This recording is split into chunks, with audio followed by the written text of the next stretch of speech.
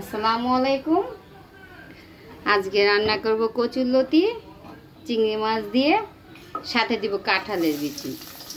তো আজকে রান্নাটা পুরাটাই দেখাবো তোমাদের, আশা করি ধৈর্য সহকারে দেখবে। আর পেঁয়াজটা একটু ভাজা ভাজা করে তারপর দিব আদা রসুন। আদা রসুনটা একটু বেশি দিতে হবে, যার কারণ কচুরলতি তো, কচুরলতিতে একটু আদা রসুন বেশি লাগে। কচু জাতীয় তরকারিতে একটু আদা রসুন বেশি লাগে। তারপর দিয়ে দিব এটার ভিতরে হলুদ, মরিচ, ধনিয়া, ভাঙ্গানো মশলা তো, তাই একটু পানি দিয়ে গুলে নিয়েছি, তাহলে রান্নাটা ভালো হয়। তারপর দিব চিংড়ি মাছ, এই যে ধুয়ে রেখেছি, ছোট চিংড়ি দিয়ে লতিটা ভালো হয় খুব, না হলে লতি বড় চিংড়ি দেওয়া ভালো লাগে না। এই যে কচুরলতি ভাত দিয়ে রেখেছি, সাথে হইলো কাঁঠালের বিচি। কাঁঠালের বিচিটা এখন সব দিক কিছু দিয়ে খাওয়া যায়, কারণ কাঁঠালের বিচিটা এখনই পাওয়া যাবে, কদিন পর তো আর পাওয়া যাবে না। তাই লতি দেখে টেস্ট করে দেখো কেমন হয়। এই যে এটা একটু ভালো করে কষিয়ে নিব, তারপরে দিব লতিটা, সাথে কাঁচামরিচ।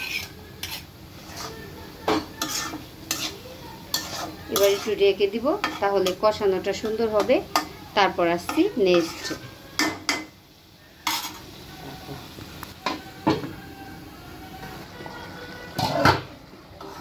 চিংড়ি মাছটা কাঁঠালের বিচিটা সুন্দর করে হয়ে গেছে, এই যে সিদ্ধ হয়ে গেছে।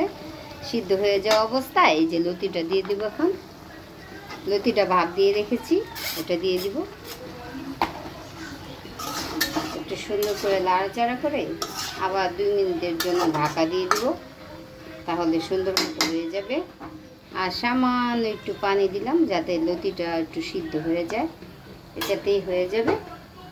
এবার একটু ঢেকে দিই। এখন দেখি হয়ে গেছে নি?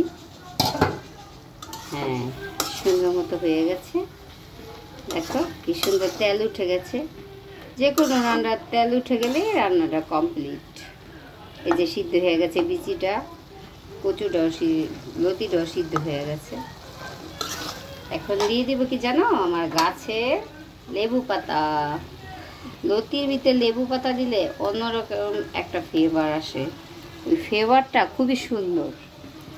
এই যে আমার গাছের লেবু পাতা ধুয়ে রেখেছি আগের থেকে, এই যে এখন দিয়ে দিলাম।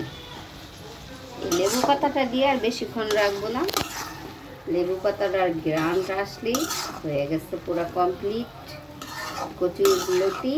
আর সাথে হইল কাঁঠালের বিচি আর চিংড়ি মাছ, সুস্বাদু একটা খাবার হয়ে গেল। আমার রান্না এখন কমপ্লিট। আল্লাহ হাফেজ।